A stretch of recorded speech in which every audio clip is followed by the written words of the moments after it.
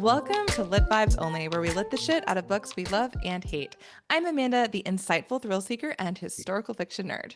And I'm Kelsey, the unhinged, diehard romantic and fantasy reader. Welcome. Please come see us and come hang out on our socials. We are on Instagram at livevibesonly_podcast and on TikTok and YouTube at Live Vibes Only Podcast, where we have plenty for you to engage with. So much content. God, so much content. And especially, we mentioned this in a previous podcast episode that we met with a social media advisor, specialist, consultant. Yeah. And we have been going hard on content and switching it up. So it's a vibe over there. So go enjoy our hard work. Enjoy our hard work. Yeah. The other thing that we would love for you to look at and engage with is completing a rating and review for us on Spotify or Apple Podcasts. It goes a really long way, and we're almost to 30 ratings on Apple, I think. Or maybe that's Spotify. I can't remember. There's almost 30 on one of them. We'll take it. We can get there. We can get there, guys. With your help. So it takes 2 seconds to rate and a minute to review. So yeah. Oh, you're right. It's 26 on Spotify. So sweet. We're getting there. And again, it might seem like a small thing, and it truly isn't. It does wonders for our visibility and our overall ability to attract new listeners and have more folks join our community. Exactly. So we are so appreciative of all of you who have done it already and all of you who are going to do it today as soon as this episode ends. Right now. Or right now. Just pause it. Come back. We're not going anywhere. We promise we'll be here when you return. I don't even think you have to pause it, Amanda. I think you just you're continue listening. I guess that's true. I guess I always think, I guess if you're driving there, you shouldn't be doing that anyway. Yeah. Anyhow, just be safe wherever you are. Safe. When you are safe and able to look at your phone, you don't even have to pause. Hit that 5-star rating and then write us a review later if you feel so inclined. That would also be a huge benefit to us. And after you listen to our episode today, you can join in the conversation that Kelsey and I are going to have and let us know books that you can't stop thinking about. Just a great way to connect with us and get your voice heard as well. So we're excited. We love these lit chat episodes that are a bit more free form and less structured, and we get to just truly chat. It feels like an exhale after the other episodes. After the Lit It or Quit It episodes. Like, yeah. Yay. Those are a little bit more of a lift in terms of prep and structure. Yeah. And so this is more of just Kelsey and I, if we were in person, just chatting about the books that we've read recently and things that have impressed us or not.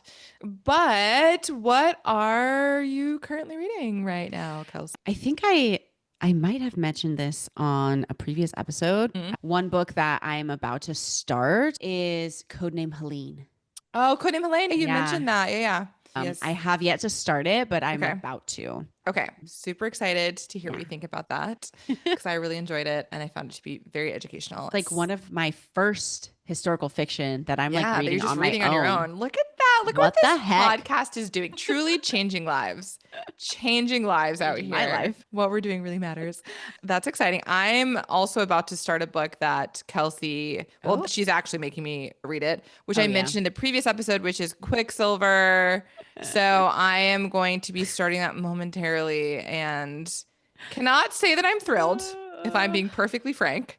It's all for the good of the podcast. So I hope you all appreciate the ginormous sacrifice that I'm making and the suffering that is soon to be mine as I dive into this icky tome of a romantic novel. I don't have high hopes for you enjoying the book, but I do think you'll like at least one certain character. Okay, so I have hopes about that. I guess the only high hopes I have at this point is that it's going to make for a really entertaining podcast episode. Yeah, because absolutely. We tend to have the most fun when we hate each other's books. So buckle up, y'all. Buckle up for what will that be? No, that'll be December. Yeah, that'll be December. And Brimstone comes out very shortly, which I will definitely be reading. Is this ultimately going to be a series or a duology or a trilogy? Series. It's a series. Oh, I actually have no idea. I have no idea. It might be a trilogy. Okay. I don't know. I guess we'll find out. I won't find out. I don't think it's a duology. Okay. I don't know though. We shall see. So yeah, make sure to stay tuned for that episode and read along with us if you would like. But today's Lit Chats episode is just about books that Kelsey and I have read, and we just can't stop thinking about them. So I feel like sometimes these lit chat episodes also turn into lit Rex episodes because we're like, this book you got to read this book and you should read it for these reasons. Or, you know, we did the spooky episode last month. So yeah, so this is like a lit Rex episode in a way. I mean, we love these books and hopefully you will too. Totally. Yeah. So we each have four. Yeah.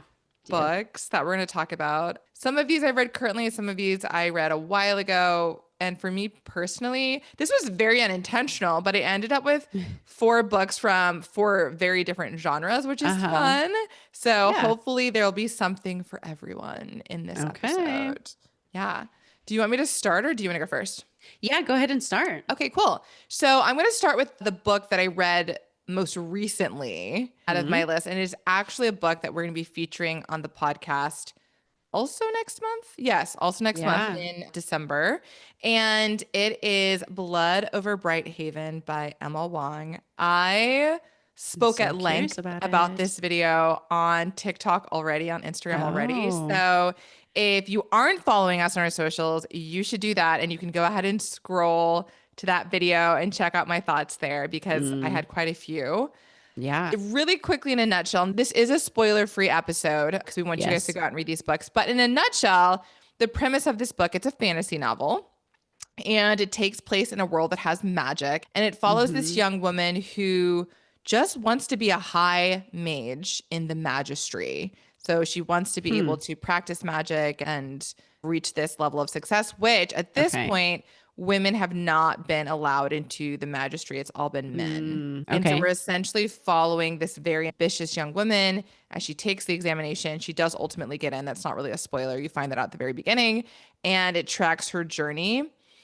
The reason why I cannot stop thinking about this book, and again, no spoilers, but once you find out how the magic works in this world and what makes it work, it will destroy you.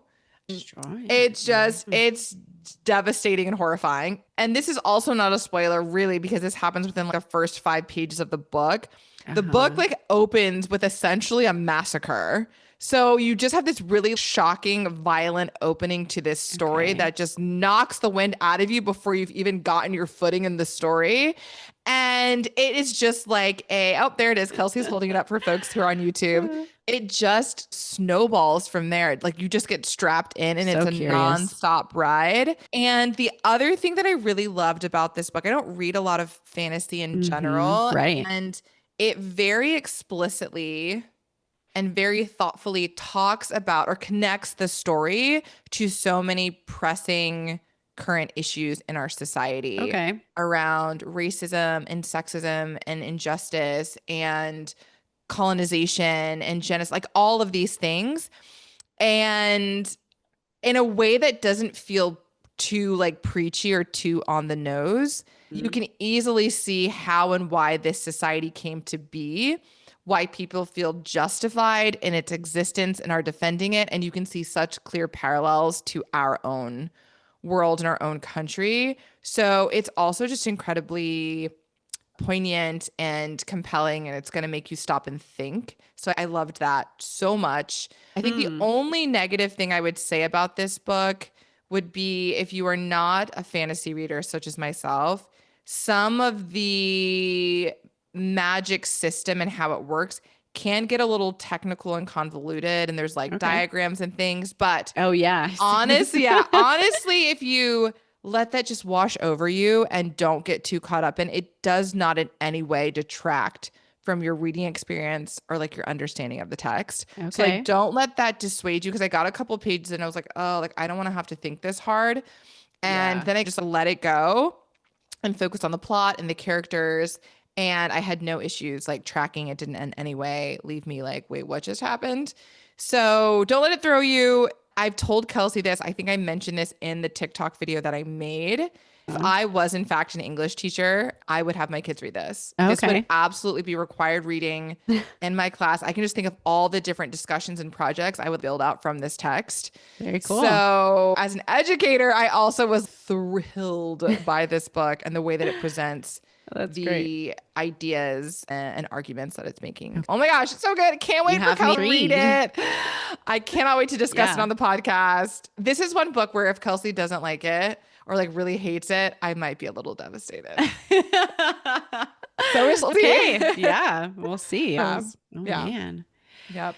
All righty. Thank you for your first pick, Amanda. You're so welcome. So my first pick, and I had to narrow it down because I had 6 initially. I was like, oh my God, this one. Oh yeah. And this one. Oh my gosh.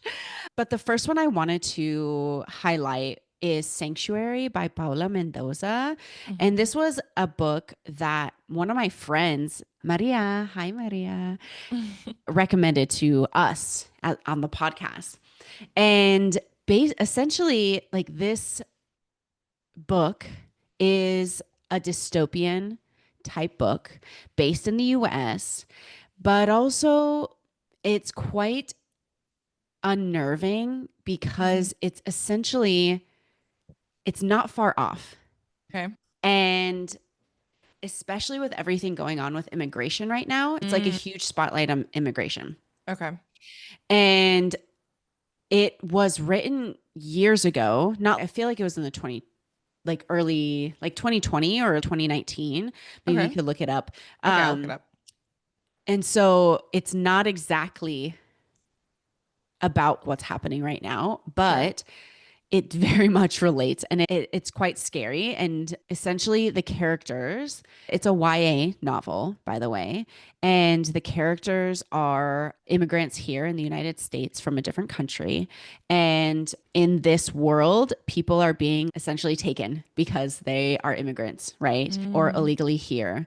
And that's not far off from what we're seeing right now. Yeah. It does go a bit further in like its depiction, but it's just a very compelling book for you to really get your head in the space of this could be reality. And even though the actions are not quite as far, the emotional impact it's having on people and families is very much the same and real, where it does depict like a family being separated and trying to find one another again. So it's a very moving book and something that we should all be having in the forefront of our minds. Yeah. Wow. Right now. And so it's a really accessible read. It's very, is it YA? Yes, it's YA. Okay. And yeah, it's a very good and eye-opening and relatable novel. It sounds insanely timely and relevant. I just checked and it was published in 2020. So not too long ago. And immigration has been an issue at the forefront for many years, even before all of the things happening with ICE and ICE raids right now. But yeah, it makes sense that is a book that would stick with you, especially given the social and political climate and what's happening in our country. I just marked it on my Goodreads as one to read. So I can, you should read it. So I can pick it up because that sounds depressing. It really steps into also like when people are scared, like the lengths that they'll go to. Yeah. Fear is a huge survive motivator. Or to push an idea forward. Like it's very intense and real. Yeah. I mean, if you look at a lot of politicians' rhetoric, a lot of it is fear-based, right? Getting people motivated by making them concerned for their well-being, the well-being of their children, their families, their jobs, whatever it might be. Like, it's such an effective, unfortunately, motivator. And so there's a lot of fear mongering that happens, especially around the immigration issue, right? They're coming for your jobs. They're bringing drugs into the country. They're all criminals, whatever it might be. Yeah. And so then it's like, well, you just want to take care of yourself. You want to take care of your loved ones. Exactly. And it's, incredibly harmful. So yeah. Oh my gosh, that's a great first pick. I'm definitely going to read that one. Definitely need to. I know by the end of this, some of them are already on my list that you've read, and one of them we read together. One of them I'm not going to read. But you'll read the first book in series. Yes, I will. We'll get to that in a moment. Okay. So my next book is like shifting pretty drastically in terms of genres. This is a historical nonfiction book written by my favorite historical nonfiction author, Erik Larson. I have read 3 of his books at this point. Thunderstruck, Your In the favorite, Garden of though. What was that? Your favorite, though? Yeah, this is my favorite for sure. I've read other historical nonfiction authors who are great. Oh, historical nonfiction. Yes. Yes. Okay. Oh, yeah. Historical nonfiction, not historical fiction. Yeah. Historical nonfiction. He's the only Got historical nonfiction author that I have read multiple of his books. For most other people, it's just like a one-off. So I've read Thunderstruck. I've read In the Garden of Beasts, which is what I'm going to talk about today. And then I most recently read The Devil in the White City. And then I have Dead Wake, which is the story of the Lusitania on my TBR. The reason why this particular book of his stuck with me was there was a couple of things. One, it was the first book of his that I read. So it was like my introduction to Erik Larson and like the way that he crafts historical nonfiction. Two, and I mentioned this to Kelsey the other day when we were out at a cocktail bar together. One of the things that puts me off about historical nonfiction is that if it's done poorly, it just reads like a really dry, dense academic textbook. And I find that very off-putting because narrative is important to me. Connecting to the people in these stories is important to me. Putting the humanity, like first and foremost in this stories is so important. And he does such a great job of, yes, giving you the detailed information, the factual information about what was going on, but also telling the story and humanizing in a way that makes it very accessible, very relatable, fascinating, engaging. And so this book in particular really grabbed me, and I never really stopped thinking about it. It's because it's focusing on one of my favorite periods of history, which is the World War II era. And in this particular book, he follows the story of the U.S. ambassador to Germany, William Dodd, right as Hitler was rising to power. And William Dodd is like this bookish academic guy. He worked at a university, I think the University of Chicago, has his PhD. And so he's thrust into this political position and sent over there just to keep an eye on what the Germans are up to post World War I, right? So after World War I, Germany was basically punished and was, what was it, making reparations essentially and paying their dues for the destruction they caused in World War I, the chaos they caused. And so basically we're keeping an eye on making sure like Germany's paying back the money or paying us the money that we're owed as the United States. And the thing that was fascinating about this book is that you see this guy, William Dodd, living in Nazi Germany right at kind of the beginning of all of this. So it's early to mid 1930s. I think he was there from like 1933 to 1937 or something. And he is like writing this correspondence back to the United States. It's like, hey guys, things are getting a little crazy over here. I don't know how much we want to be like either turning a blind eye to this Hitler dude and or endorsing him. And the United States is like, look, as long as they're paying their bills, like, we don't care. Just keep on keeping on. And so you just see, it's really frightening. You get this front row. Yeah. You get this front row seat to the progression, right? The Nazi party as they're starting this essentially like reign of terror and how these things happen. Cause it's easy in hindsight to be like, oh my gosh, like Hitler, the Nazis, horrible, awful, atrocious. But it's like, it all started somewhere. Right. At some point, someone had to be like, yeah, this is okay. Yeah, we're fine with this. And that continual, yeah, we're fine with it. Yes, it's okay. It's not that big of a deal. Stop being an alarmist until you get to this point where millions of people are being slaughtered and taken from their homes and put into ghettos. So I don't know. I still think about this book, and even looking at our current political situation, right? It freaks me out because you see these changes happening, these decisions being made, these actions taking place in this political sphere. And you're like, this is how these things start. And people are like ringing alarm bells and like writing editorials and protesting and all of this stuff. And everyone's like, oh, it's fine. Like, you're being an alarmist. It's not that big of a deal. And history repeats itself unless we go back and learn those lessons. And so anyhow, I don't want to go on this whole like rant, rave, soapbox moment, but let's do it. It just really deeply resonated with me. It was a story that I had never encountered in any of my history classes in school. And getting again a front row seat to the rise of this horrible political party and all the atrocities that they ended up committing was just really eye-opening for me as a human being, as a learner.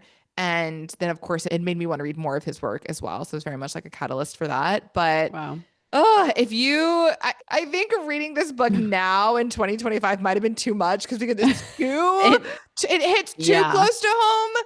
But so maybe I can only imagine. I was like, and look at our freaking world right now. Exactly. Imagine an ambassador right now from a foreign country in the United States writing home to Germany, maybe, or to Spain or whatever. Like, this is what's happening in this country. Wild. So yeah, that book it really blew my mind and just also reminded me how much I enjoy both historical fiction and historical nonfiction. Like, I love history.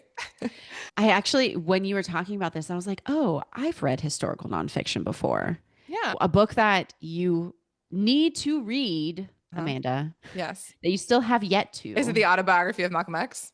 No, but yes, also that one. Okay. You do need to read that one too. But no, Mediocre by E.G. Oh, yeah. Yes. Well, is it like historical nonfiction or is it just, okay. Yeah, it is. Okay. Although, what were you going to say? Because maybe I'm wrong. Well, because there is overlap. So there's books that are using historical events to lay out an overarching argument about something, which I think is what she's doing in that book. She's talking about, isn't it about like white, what is it? It's like mediocre white men throughout history in the United States and how they've perpetuated essentially, what is it called? White supremacy and like the patriarchy. Racism. Yeah. So I think that would fall underneath the umbrella of historical fiction. But I think sometimes the slight difference is that in this particular novel, like in The Garden of Beasts, Erik Larson isn't necessarily trying to craft an argument and support it using historical evidence. He's just recounting the events. Whereas in Mediocre, Ijeoma is like, I am proving this argument that I've made, like this thesis, by showing this historical progression. I do think. So I think there's definitely overlap, right? Because you're learning about history and like all of these events that led to this point. Yeah. Because she definitely has a thesis overall through the book, but her voice isn't necessarily the main factor in here. It is definitely like going through like history and facts and like that. Yeah. But also like thinking about an indigenous people's history of the United States. Have you read that one? I have not. I'm curious if it is historical nonfiction or not. It sounds like it. If it's just walking us through. Like, yeah, maybe. Yeah. Anyway, genres have always been like a bit tricky for me and just like I'm curious about. When you say tricky, do you mean like engaging with certain genres? No, what I mean, like identifying which is which. Yes. Oh, yeah, for sure. Times. Yeah. And they all overlap often. Oh, yeah. And so, I'm like, okay. There's lots of crossover. It's not just not the clear one or the other. Or, it never is. Okay. We are shifting gears. I don't know what I wanted to say, but yes, shifting gears a bit. A lot. Thank you. To one of my absolute favorite. Oh, yeah. This is like why I have my diehard like label. I am highlighting Heat of the Everflame by Penn. And this is the third book in the series. And the reason why I chose this book is because the fourth book is still not out. And Penn is driving all of us crazy. And like, I want Penn to understand, like, I fully respect her and I really appreciate her taking time to make sure this book is perfect. And but also it is so painful to wait and never to have any updates about when the book is coming out. So that's frustrating. Over the summer, so like what happened was she got picked up by, she was an indie author at first for the first 3 books of this series. And then she got picked up by a publisher.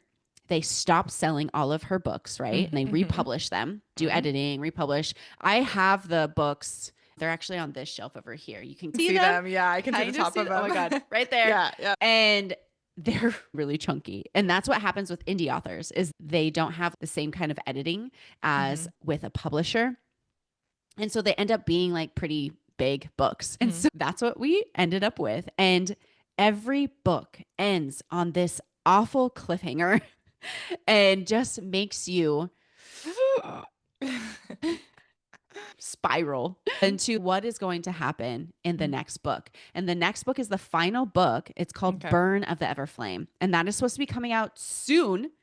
But there's no date. We literally have no idea when. Okay, that's annoying. It was supposed to be like this year sometime. And now it's like, oh, okay, I don't know that it's going to happen this year. Okay. And I remember seeing some people are getting arcs of Burn. And so it's done. I don't know. If you have an arc, like it's basically done. Like they're only making really tiny tweaks at that point. I don't know. I don't know. Okay. Because what happened was when she transitioned to becoming like someone, oh my God, she's not a publisher, house. but like she has, a publishing house. Yeah. The book was set to come out at a certain date and then they postponed.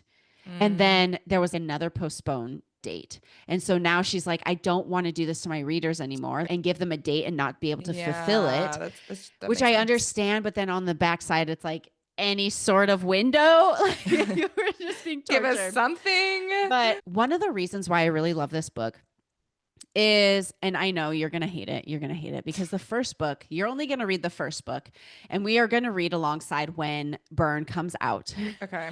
It's Spark of the Everflame.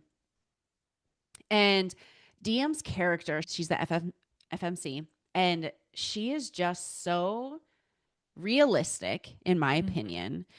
She comes off really annoying to other people, but there is a reason behind like her decisions. And she is constantly between a rock and a hard place every single decision she makes, because she realizes throughout her journey, like any decision she makes is affecting everyone around her. And she's not able to just make decisions for herself. She has to be able to make decisions that are good for the majority of people. And that's really hard on her because she doesn't want to leave anyone behind. She wants good for all, and she wants to protect the people in her family, in her village, in her community, and government as a whole. But she can't do that because somebody is going to be hurt along the way. And she's like grappling with this her entire journey. And I really love that about her.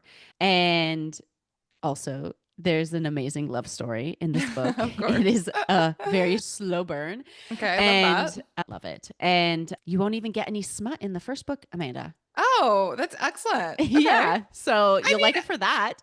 Honestly, like hearing you talk about her character and the struggles that she faces, and you can never make a decision that's going to be good for everyone and all of that, and how like what a conflict that is. Yes. It does make me more intrigued about the Good. series. We'll see if it reflects when you actually read it. Because like, why do you think I won't like it? Because a lot of people just see her as annoying. And I understand why. There are annoying aspects of like her character and her inner dialogue, but it's because of the reasons that I just described to you. Okay. And so it's like justified. There's meaning behind why she is thinking the things that she's thinking and doing the things that she's doing. Yeah, she's just very conflicted. Okay. If there's a good rationale for it, then I would be fine with that. I just don't like it when characters are annoying for the sake of being annoying. Yes. And I don't think she is annoying for the sake of being annoying. No, not at all. But I don't think that Spark of the Everflame does an amazing job of helping the reader understand that perspective. Okay. So we'll see. We'll see what you think. Okay. It's just that you might need to read more to really understand, Amanda. Yeah. Reading at 1,000 And I have all the books if you ever want to borrow them. Just looking at them makes me feel a bit ill. Wait, I have to grab one. Okay. This is so funny because look at this book. I'm looking at it. It's fucking sane. That's 1,000 or is it over 1,000? This is over 1,000 pages. Yes. Wait, hold on. No, I thought it was. Maybe it looks because like I see 700. No, it's only like 800 pages. I really thought it was. There was one that I read that was 1,000 pages, but I thought it was that one. Oh, weird.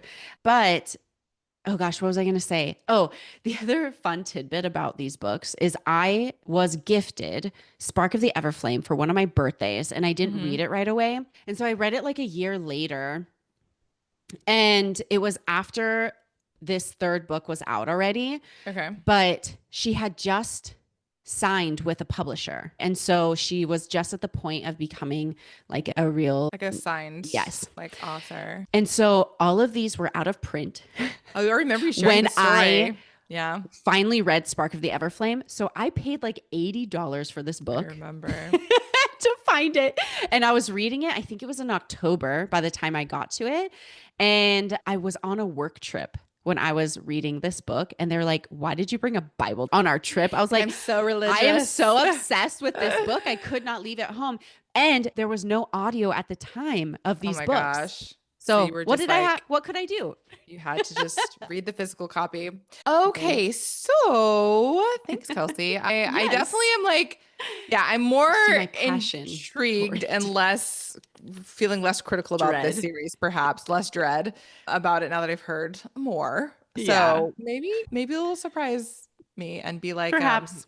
And be like a forbidden alchemy. And I'm like, oh, this was actually great. And I loved it. All right. Since I just did a nonfiction book, I'm actually going to jump to the book that I was going to talk about at the end. And this next book is a thriller, like crime fiction thriller by an author that I discovered this year. And again, if you've been following this podcast, if you follow us on social media for sure, you'll have heard me like ranting and raving about this author. But it's All the Sinners Bleed by S.A. Cosby.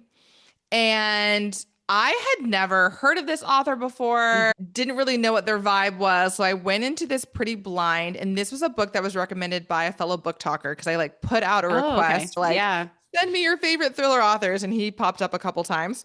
So I started with this book. I believe it came out this year. I think this is his most recent. Just kidding.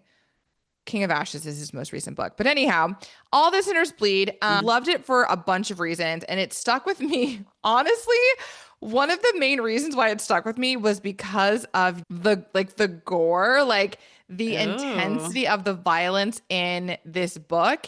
And it is something that is present in all of his books. I've now read 3 of his books, King of Ashes, Razorblade Tears, and this one. And they're all incredibly gritty and brutal. That's just a signature for his novels. But it's not, or mostly, it's not like gratuitous violence. Like it makes sense for the characters. It makes sense for the setting. It's not just like violence for violence sake. Yeah. And so in this particular novel, the premise is that there's this black sheriff in this small southern like Bible Belt town. He's the first black sheriff in the town. And there's a serial killer on the loose that's doing like these kind of ritualistic killings that are also connected to the Bible. There's these religious themes to it. Interesting. And so he's been tasked with uncovering what's going on.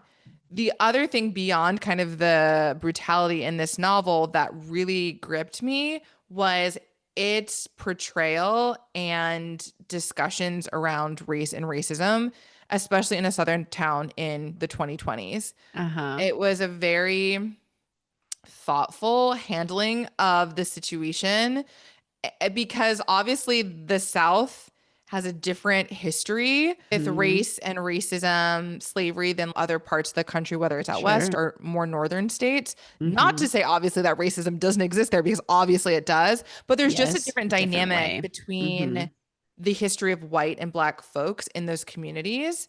And so he really takes time to look at the nuance of those relationships, because it's not always so simply black and white. Oh, white people are awful and black people are great and all of that. Because, and it's interesting, not to go off on a tangent, but my grandfather, who is now passed, he grew up in Gadsden, Alabama, and, you know, deep, deep South in the 1930s. 40s. And he would often talk about, and again, this is not indicative of every town in the South by any means. This is just his experience.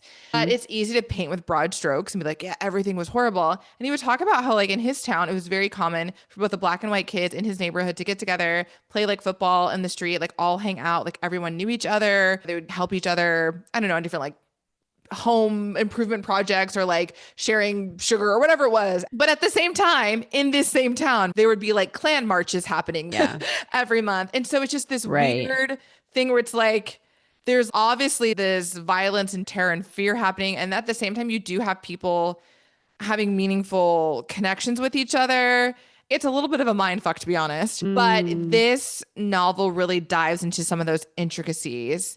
And also the ways in which a lot of people in the South are still holding on to really problematic beliefs, glorifying the history of the Confederacy, the history of slavery, and the impact that has on both white and black people today. It's just, it's such a heavy book, and he does not shy away from saying the things that need to be said. So it's going to get you thinking. It's probably going to make you feel uncomfortable, depending on your positionality in a variety of ways. Okay. It's also going to make you feel uncomfortable too because of the violence that's being enacted by this serial killer on these victims. It's a heavy book. Like, you do not read S.A. Cosby unless you are in the right frame of mind. It is not a cozy read. It is not feel good. It is not heartwarming. It is just like a slap to the face, but one that, you know, is meant to wake you up. It's not like I'm slapping you because I'm angry. I'm slapping you because I want to harm you. It's like, no, wake up and smell the coffee. Like, this is the world we live in. So loved it for that. Cannot stop thinking about it. Like I said, I've read 3 of his books. Cannot stop thinking about any of them. And the cool thing that I found out today, as I was putting all of this together, there's gonna be a Netflix series. That's awesome. And they've already announced the cast, and I'm like, oh dang, so thrilled. I think if they do this, it's gonna be just as impactful as the novel, and we'll get this story out to more people because there's a lot of folks who are not readers. So also just like an exciting little tidbit, and made me super stoked. That's great. Yeah. Sweet. Super oh man, it sounds like something Cesario would really like. Yes. Like, oh my God. Cesario would love it. You would not, but Cesario, I think, 1000% on board. Yeah. Okay. Yeah. Cool. I'll have to tell him about it. Because it did not sound like a book I would like. No, you wouldn't like it. I would probably like the themes of the book. Yes, for sure. Not the actual content. Okay. My third pick. Where do I start? Where do we start with this? Amanda and I read this book, and I read it last month. We read it last month in September. And I can't stop thinking about it because it just feels so layered and such a compelling story. But it's called Anita de Monte Laughs Last by Xochtil Gonzalez. Xochtil. And there's a rapper that I follow. His name is Xochtil. And they don't. So I'm curious about the ending of their names because his ends in a TL as well, but it's not pronounced. Yeah. When we were covering this book, because I was talking about it on TikTok, I did look up her saying her name. Okay. And that's how she pronounced it, was Xochtil. So yeah, this book is about a very strong and passionate Cuban artist whose life doesn't go the way that she plans or wants. She's very much attached to like her art being seen and being out in the world and her getting the recognition and accolades that she thinks she deserves. And it also weaves in problematic relationships and trauma. And it also highlights Cuban life and Cuban culture. And to me, it was a beautiful telling of all of those things. And even though, you know, at face value, you might like not enjoy Anita's character, I think her being so real was what was so interesting to me. And the reason why I was like, where do I start is because Amanda and I, so we both read this and we went to and attended a book club that was highlighting this book. And we talked about it like maybe a month ago or so, or even further. I can't remember. I felt like a singleton in the group of like who actually enjoyed the book. And I do want to mention everybody was ready to really harp on this author, and it might be totally legit. I don't feel like I'm ready to like get on that bandwagon to tear down this author for her choices, because I feel like I fully don't understand why someone would make the choices that she did. And I also want to give her the benefit of the doubt as not knowing who she is. So anyway, I just felt really conflicted about harping on this author. And the reason why they were is because they felt they took, who was the actual artist name? I have to look up her name. I don't remember. Anna something. She was, this is based on a real person. And in the foreword, or like in the, what is that called? That little piece, that like dedication. The author's no. Oh yeah, the dedication. Yeah, the dedication to this. She mentions Anna's like first name, but for some reason she wasn't able to highlight her fully, or it was a choice of hers to not do that. And so that's why people were a bit upset when we went to that book club, was that it's historical fiction and based on this woman's life, but there was no real acknowledgement that of the actual woman. Yeah, of the actual woman. So her name is Ana Mendieta. Mendieta? Yeah. And so in the dedication, she says to Ana or something like that. Mm-hmm. And she does acknowledge it, but I guess people wanted like more. Maybe you could explain that, Amanda, a bit better. Yeah. So basically the conflict in the book club discussion that we attended, and I think there's valid points on both sides, and Kelsey is right in that for the most part she was in the minority and in defending Gonzalez's choices. I did not realize when I read this book that it was based on a real person and very closely tied to her actual life. There's not a whole lot that Gonzalez changed in the telling of this story. As someone who reads a lot of historical fiction, as somebody who sees historical fiction as a way to educate, to celebrate and highlight often overlooked voices and experiences in history, especially women of color, I could not understand why she would take this woman's life, tell it almost to every single detail, and then not actually acknowledge her in the book beyond just mentioning a random first name, and also not including an author's note afterward that would say something like, this story is based on this woman's life. This is what she went through. These are her experiences. You should check out her work. Like that to me is honoring her, and to take someone's story and tell it. And it sounds like from what we heard in the book club, she also did not get permission from the family to tell this story, which is why she wasn't able to say Ana Mendieta's name specifically in the book, and she wasn't allowed to do an author's note. I see. Yeah. So I personally do have issues with that, and I'm totally fine being on the opposite side of Kelsey on this. Is like totally what this is all about. So typical. Like for me, like I actually have a problem with that, because the whole point of Ana Mendieta's story is that her husband killed her, was never brought to justice. Her legacy basically vanished, and a lot of folks, myself included, have never even heard of this woman. And so to basically further erase her from history while also telling her story seems like a huge injustice and a huge disservice. So it's either like, don't tell the story if you're not able to tell it in the way that it should be told and you don't have the family's permission, or get their permission and tell the full story. Otherwise, just make up a purely fictional story that ties into the same themes, that also celebrates artistry and women of color in the Cuban tradition. It made me really uncomfortable. Like I'm fully like on the other side. And I actually did end up doing some research about Ana Mendieta after, because I was so curious. I looked up some of her photography, which is just absolutely stunning.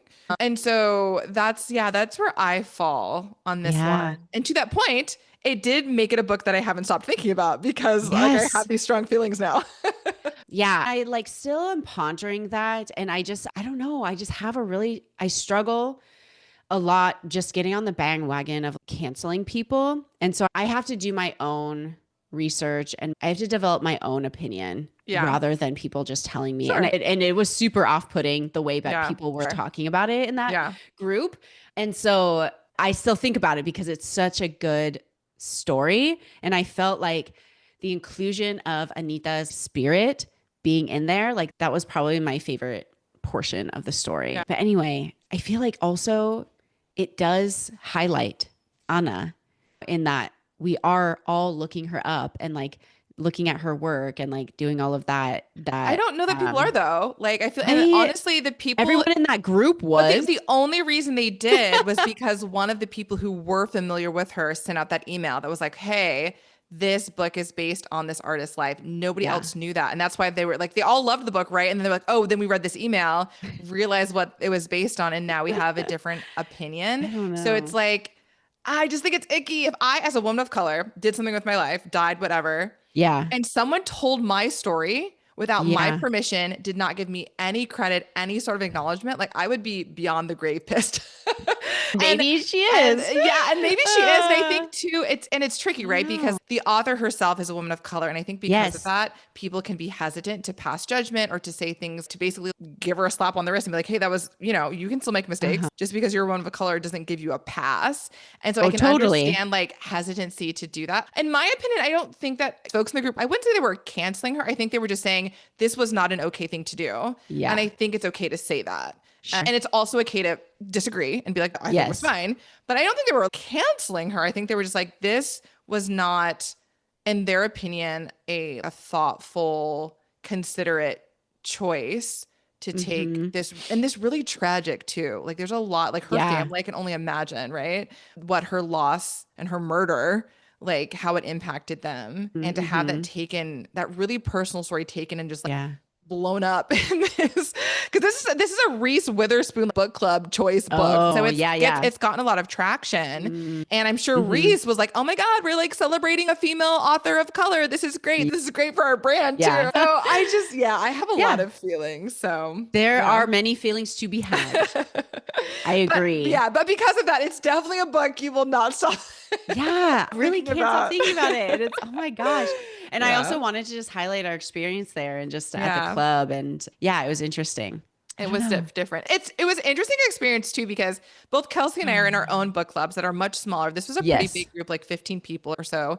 And it might have been more than that. It might have been more. And we also know those people. They're smaller, intimate groups. Yes. You likely have, to some degree, similarities in perspectives or ideas. And then also, obviously, Kelsey and I spend a lot of time talking to each other. Yes.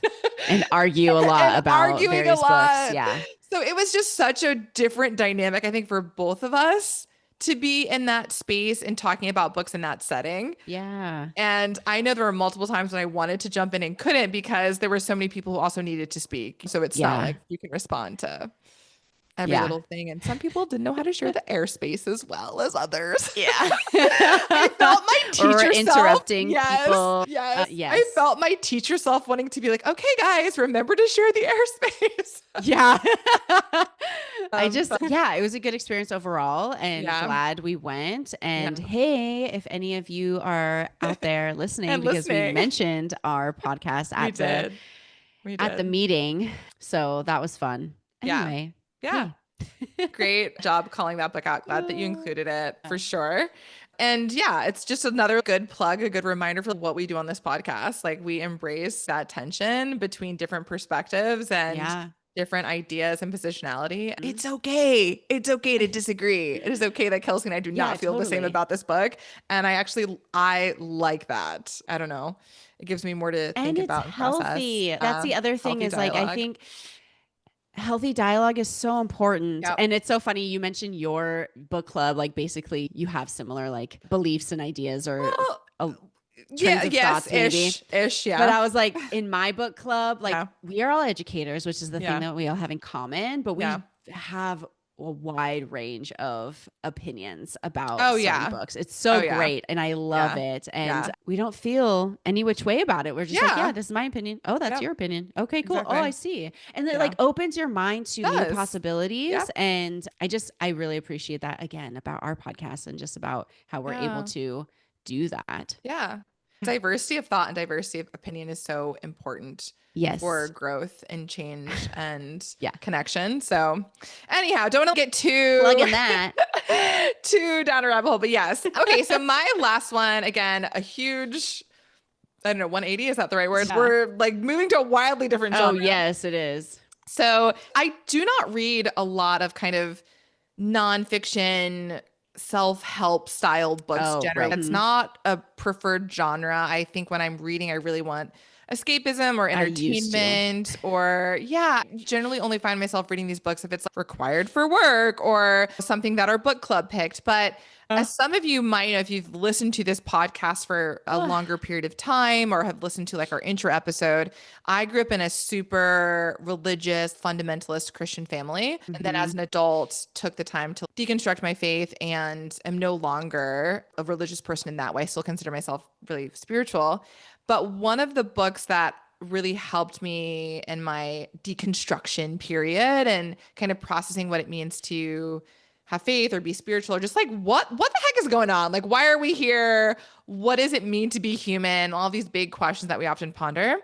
This book is Everything is Spiritual by Rob Bell. He's a pretty well-known kind of thinker, writer, speaker in this realm, and was recommended this book by a friend.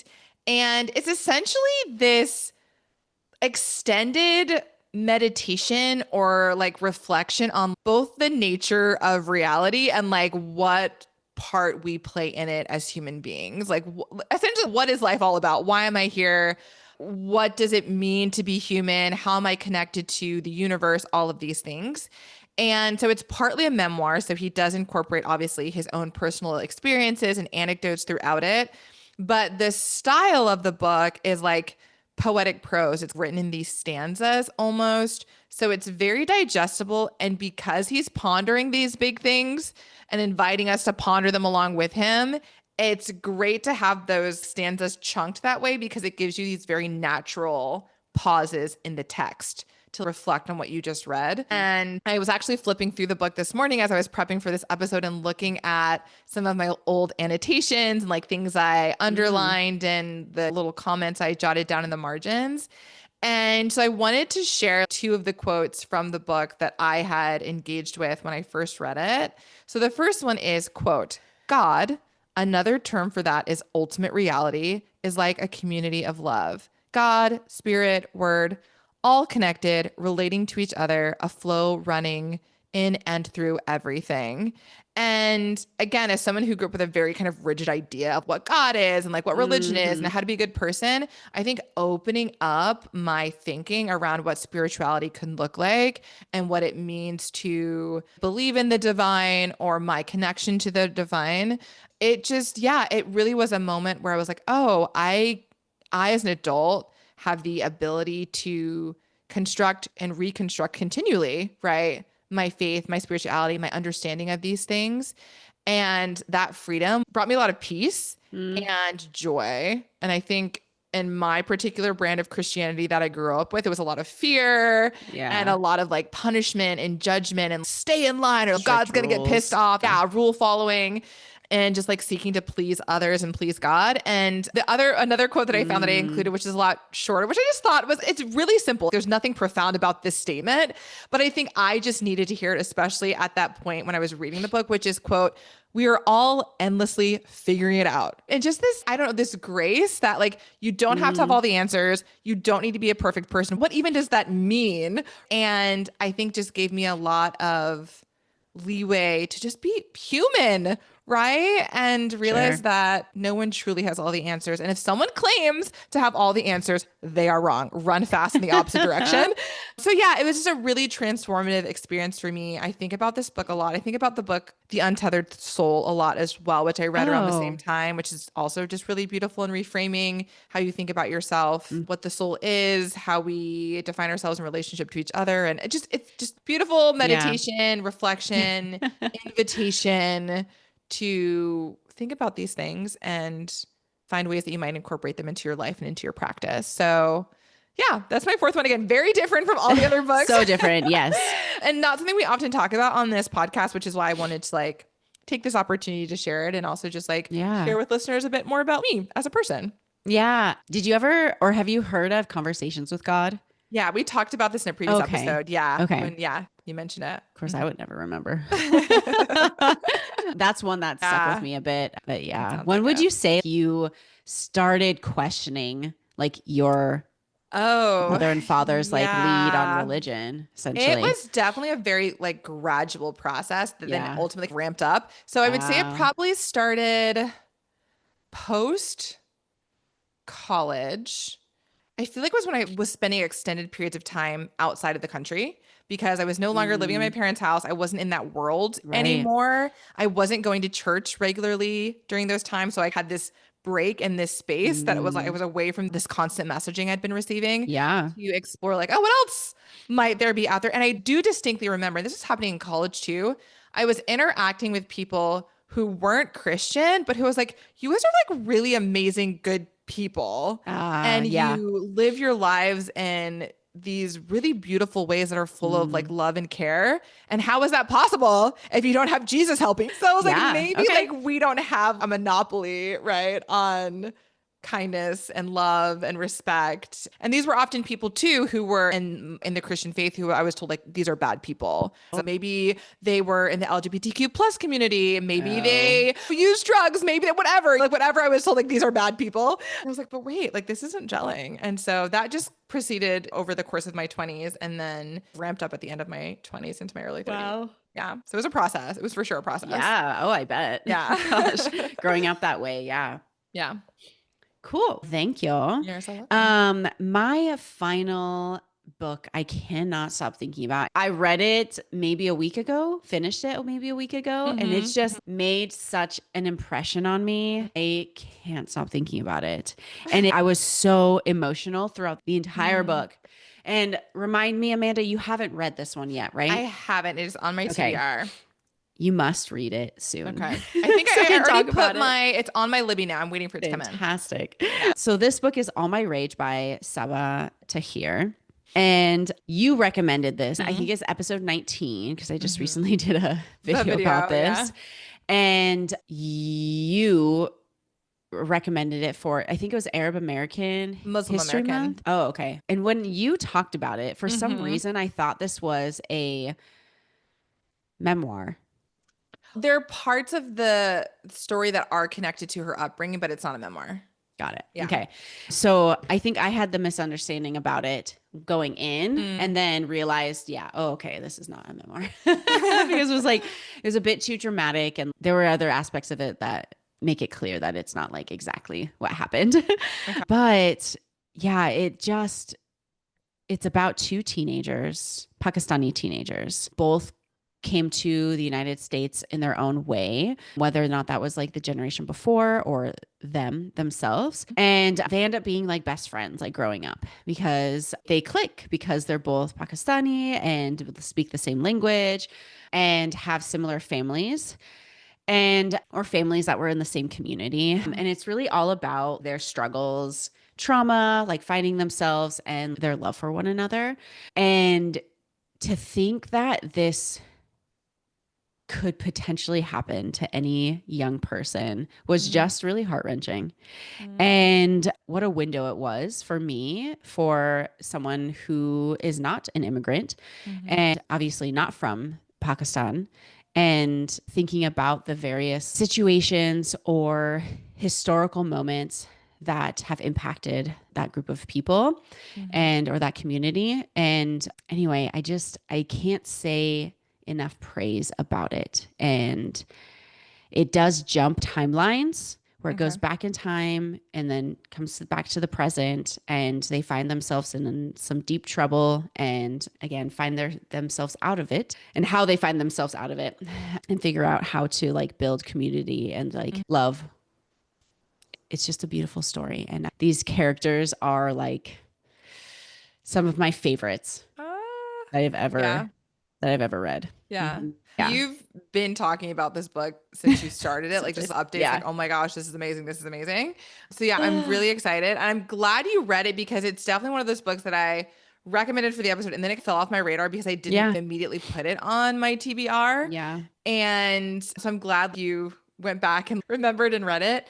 I'm super excited to engage with it. And I remember when I was recommending it, I was like, oh my gosh, this sounds fabulous. And like you said, for sure a window for me as well. So it is on my Libby. I don't think it's a huge wait. I feel like I'm gonna, let's see. I don't think I had to wait very long for it myself. I am third in line. Oh, nice. So I feel like I should get it pretty So you'll quickly. Join in the torment and the emotional distress it's with not, me. I don't think I know it's YA. Yes. But I don't think it's a super long book. No, it's not. Yeah. And the other thing that I will say about why it was so compelling is the writing is good. Yay. Okay. He's such an amazing writer. The way that she describes the experiences of these teenagers, I'm like ready to cry right now. It was so impactful, Amanda. God. So get ready. Okay. I'll have my tissues. Oh my God. I cried constantly throughout, especially like the second half. Okay. It was literally constant. And I was like going to work and I was like, fuck, I shouldn't have read this book on this way to work. And I was like tearing up the whole time. Oh, man. It was so powerful. Ugh. Okay. It makes sense. It is a National Book Award winner. So that makes sense. It definitely tracks. So good. I'm glad for the heads up though. I will have my box of tissues on my table next to me when I read it, which should be after Quicksilver. You can do it. You can do it. I'm excited. Okay. So I'll quickly recap my 4 for folks and then you can do your 4.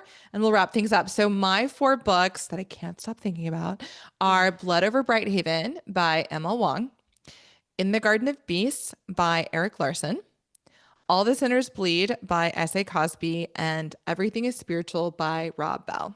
My 4 books include Sanctuary by Paola Mendoza, Heat of the Everflame by Penn, Anita de Monte Last by Xochtil Gonzalez, and All My Rage by Sabaa Tahir. And yeah, I just will leave it at that. Yes. And of course, if you've read these books and loved them and or hated them, let us know on our socials. Oh, yeah, we want to know. Let us know in the comments on this episode. We definitely want to engage you in the conversation around it. And if you haven't checked out these books, I think honestly, any of these 8 would be a great fit based on your reading tastes and preferences. There's truly something here for everyone. There's so many genres that we just went through. And so as a quick reminder, we are on Instagram at litvibesonly_podcast and both TikTok and YouTube at litvibesonly. So come join the conversation. Come say hey. Let us know your books that you can't stop thinking about, because Kelsey and I are always on the hunt for good book recommendations for books that we can cover on the podcast. Yeah. If you are not on socials, then you can email us at litvibesonlypodcast@gmail.com. I know we don't always say that every episode, but we want to give a reminder every couple of episodes. We do have an email address. Feel free to utilize it. And please do. As always, if you've gotten to this point in this episode and you have not rated and reviewed us, better now than never. So take a moment to do that. We are so appreciative that you took time out of your busy day to come hang out with us and chat about books. And we'll see you next Monday. Bye.